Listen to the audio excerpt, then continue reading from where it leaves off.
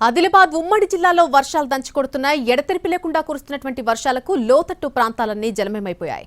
సింగరేణి ఏరియాలో open cast గనుల్లో ఉత్పత్తికి అంతరాయం ఏర్పడింది. ప్రాజెక్టులోకి ఇన్ఫ్లో కొనసాగుతోంది. ఇంకా 2 రోజుల పాటు భారీ వర్షాలు కురిసే అవకాశం ఉండటంతో అధికార యంత్రాంగం ప్రజలను అప్రమత్తం చేస్తుంది. ఈ వర్షాలకు సంబంధించి మరింత సమాచారం మా ప్రతినిధి సారంగపాణి అందిస్తారు. ఎడతెరిపి లేకుండా కురుస్తున్న వర్షాలకు లోతట్టు ప్రాంతాలు జలమయమవుతున్నాయి. ప్రాజెక్టులోకి ఇప్పుడిప్పుడే వరద నీరు వచ్చి చేరుతుంది. అటు జలపాతాలు సైతం పరవలు తొక్కుతున్న పరిస్థితి అయితే కనిపిస్తుంది. ముఖ్యంగా ఇటు కుంటాల కావచ్చు, పొచ్చర జలపాతానికి సంబంధించి ఏదైతే సందర్శకులను అనుమతి నిరాకరించారు, అనుమతి లేదు, 2 రోజుల పాటు క్లోజ్ చేస్తున్నట్టుగా అనుమతించడం లేదని అటవీ శాఖ అధికారులు ప్రకటన విడుదల చేశారు. ఇటు కుంటాల పరవలు తొక్కుతుంది. అదేవిధంగా మిగతా ప్రాజెక్టులోకి సైతం వరద నీరు వచ్చి చేరుతుంది. కడెం ప్రాజెక్టు ఇప్పుడు 5 టీఎంసీలకు పైగా నీరు వచ్చి చేరింది.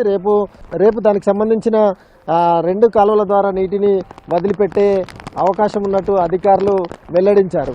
కడెం ప్రాజెక్టు చూసుకున్నట్లయితే ఇప్పుడు 2000 పైచిలకు క్యూసెక్ల ఇన్ఫ్లో కొనసాగుతుంది. ఇంకా మొత్తం 7 టీఎంసీలకు పైగా ఉన్న ఈ ప్రాజెక్టులో 5 టీఎంసీలు ఇప్పటికే దాటిపోయింది.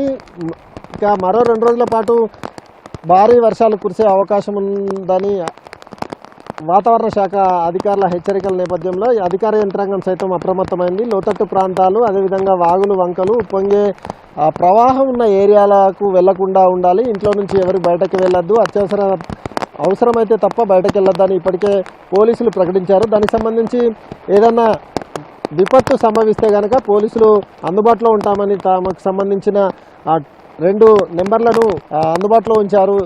DDRF సైతం అందుబాటులో ఉంది.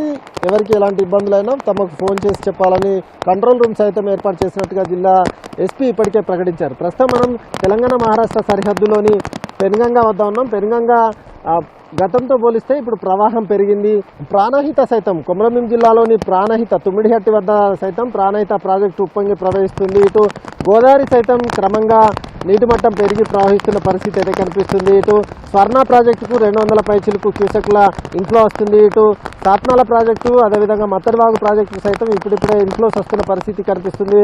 అటు కొమరంభీం ప్రాజెక్టుకు సంబంధించి 2 గేట్లు ఎత్తి దిగువకు నీటిని విడుదల చేస్తున్నారు. అయితే ఇది పూర్తిగా కొమరంభీం ప్రాజెక్టు 10 టీఎంసీల కెపాసిటీ గాను కేవలం 5 టీఎంసీల వరకే నీటిని నిల్వ ఉంచుతున్నారు. ఎందుకంటే కట్ట గతంలో ఒక వైపు కుంగిపోయిన నేపథ్యంలో ఇప్పుడు ఎక్కువ నీళ్లు కనుక స్టోరేజ్ కనుక ఉంచితే కట్ట తెగే ప్రమాదం ఉంటుంది కనుక 5 టీఎంసీలకే పరిమితం చేస్తున్నారు. అయితే వచ్చిన నీళ్లను వచ్చినట్టుగా ఏదైతే 2 గేట్ల ద్వారా దిగువకు వెళ్ళాలి చేస్తున్న పరిస్థితి అయితే కనిపిస్తుంది. పెనుగంగా వద్ద ఇక్కడ స్థానికులు ఉన్నారు. ఏంటి వర్షం బాగా వస్తే ఎట్లాంటి సిచ్యువేషన్ ఉంటుంది, గతంలో ఎట్లా ఉంటుంది సార్? ఇంతకుముందు దీనిపైన బ్రిడ్జ్ నుంచి ఫ్లో అయ్యేది. ఇప్పటికైతే ఈ వర్షానికైతే ఇప్పటికైతే నార్మల్గా కనిపిస్తుంది. మరి రేపటి వరకు దీనిపైన నుంచి పోయే అవకాశం కూడా ఉంటుంది సార్. ఇంతకుముందు బ్రిడ్జ్ నుంచి ఒక సగం కంబ ఎత్తు నుంచి నీళ్లు ఫ్లో అయ్యాయి. ఆదిలాబాద్ ఉమ్మడి జిల్లాలో వర్షాలకు సంబంధించి పూర్తి అప్డేట్స్ కెమెరామెన్ సత్యంతో సారంగపాణి టీవీ, తెలంగాణ మహారాష్ట్ర సరిహద్దు పెనుగంగా నుంచి.